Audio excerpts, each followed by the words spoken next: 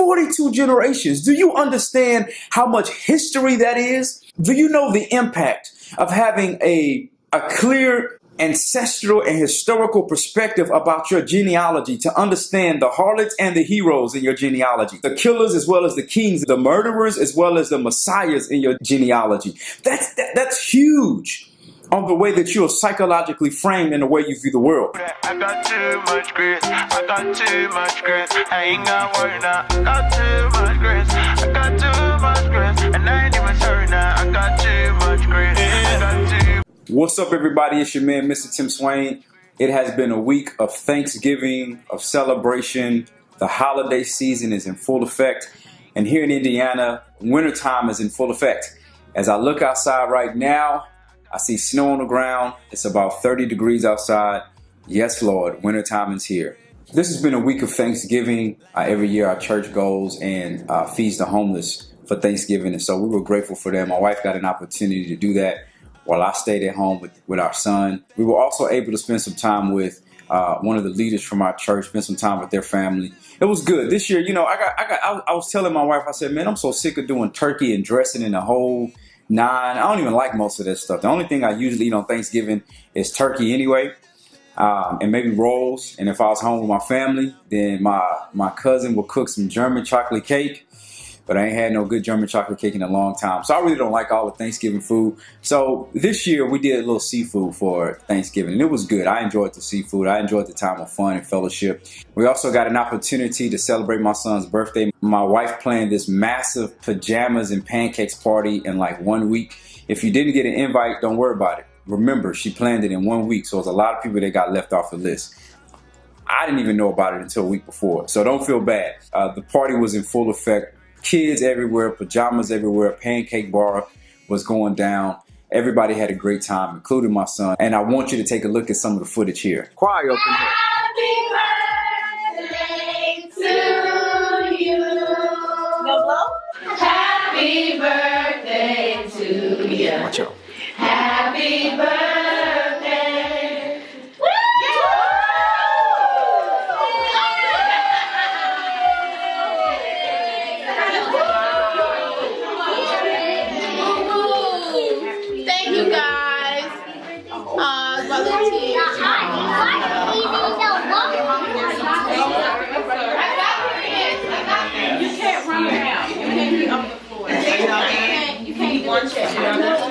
And as you can see behind me, we got tons and tons of gifts.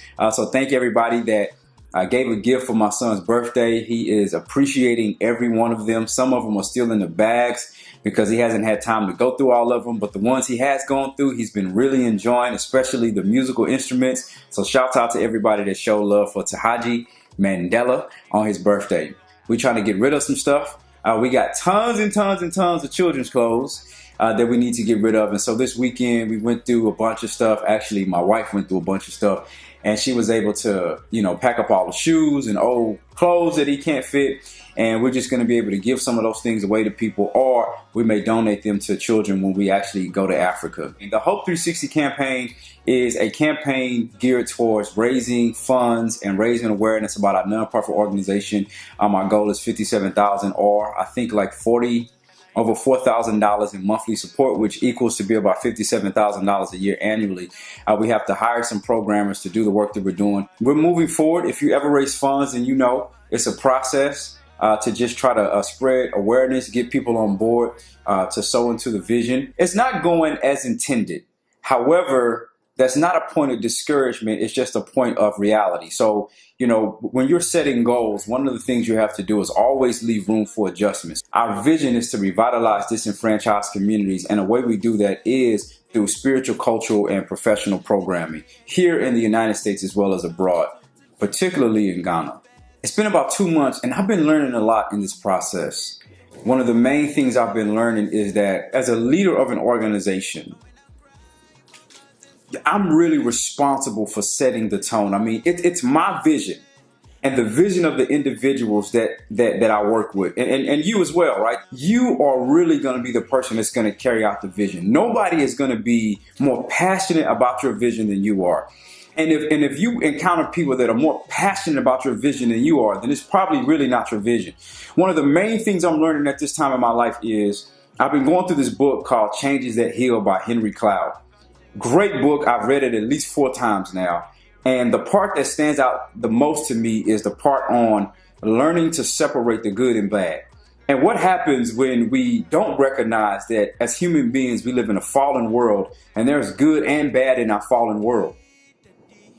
Well, what happens when we don't recognize it is sometimes we have a sense of distorted thinking and we try to control the measures by which we live out life in order to produce a result that may not be God's result. So in essence, we try to step in and control all the circumstances and conditions that's going on without leaving room for God to work in the supernatural. So how that's impacting me is this way.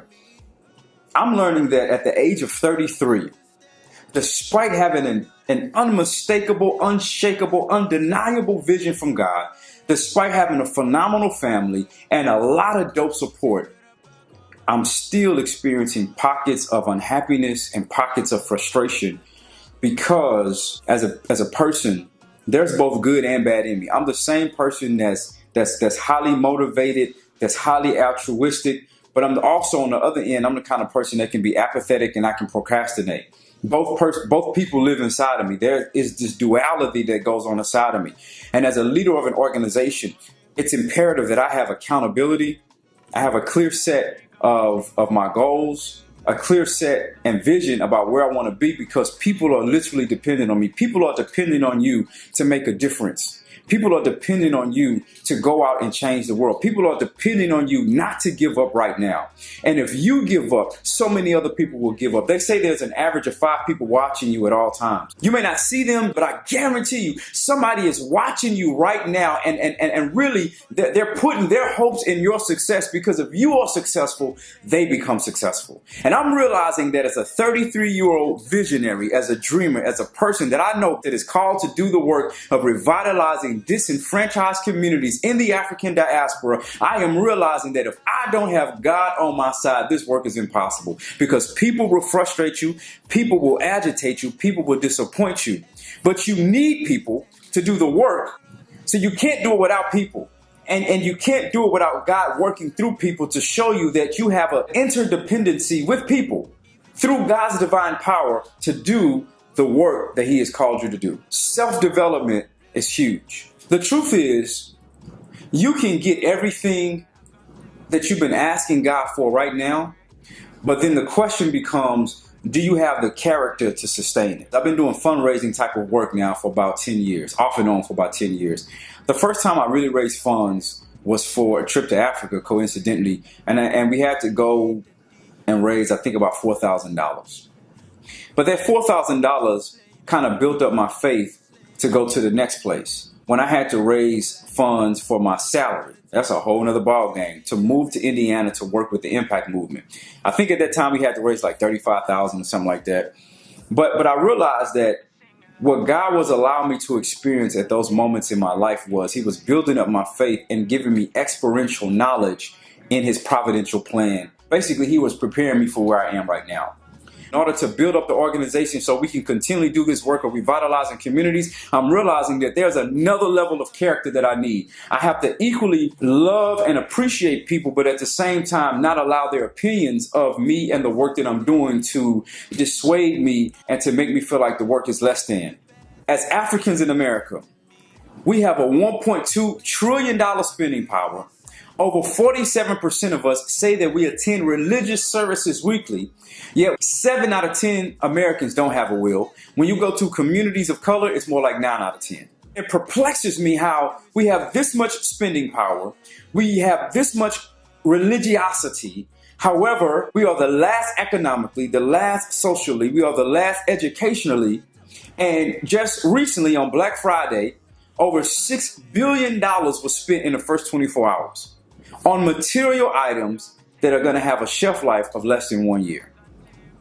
It blows my mind that the dilemma that we have oftentimes is, do I spend $400 on a flat screen television or a gaming system, or do I use that $400 to invest in my child's college fund? or max out my retirement. The reason we're in the work of identity reformation and really giving people an opportunity to really have a reformation of their theology is because we understand that if a person knows who God has created them to be, and they understand the cultural identity and the cultural context in which they have been created, they are truly unstoppable. We don't even understand how deeply fragmented our sense of self in history is. I was reading through the scriptures, and I was reading about the genealogy of Jesus and how the Bible specifically goes through 42 generations before we get to Christ. 42 generations. Do you understand how much history that is? Do you know the impact of having a clear ancestral and historical perspective about your genealogy, to understand the harlots and the heroes in your genealogy, to understand the killers as well as the kings in your genealogy, to understand the murderers as well as the messiahs in your genealogy. That's huge on the way that you are psychologically framed and the way you view the world. But if you think about the average black person, we got parents, grandparents, maybe great-grandparents, and we're talking about 3 generations.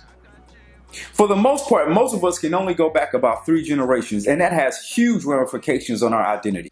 If we don't understand who we are and who God has created us to be, then we will continue to have a $1.2 trillion spending power. We will continue to have over 47% of our communities regularly attending religious services, but yet we'll continue to be the last.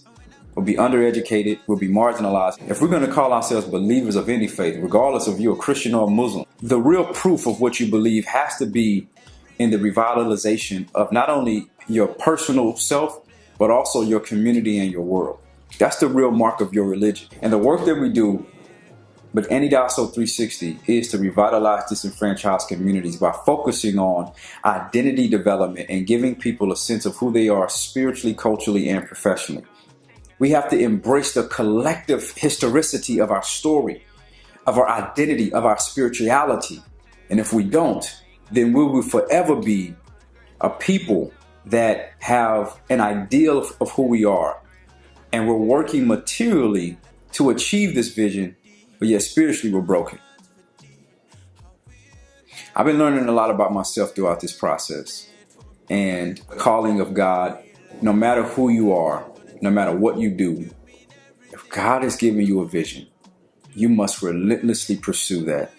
And you have to actively engage in personal development, a true account of your history and your story, and then be willing to resist the temptation to quit, the temptation to give up, the temptation to be frustrated and overwhelmed by circumstantial dilemmas, and be willing to move forward in faith, believing that what you're going through pales in comparison to what God wants to do to the world through you.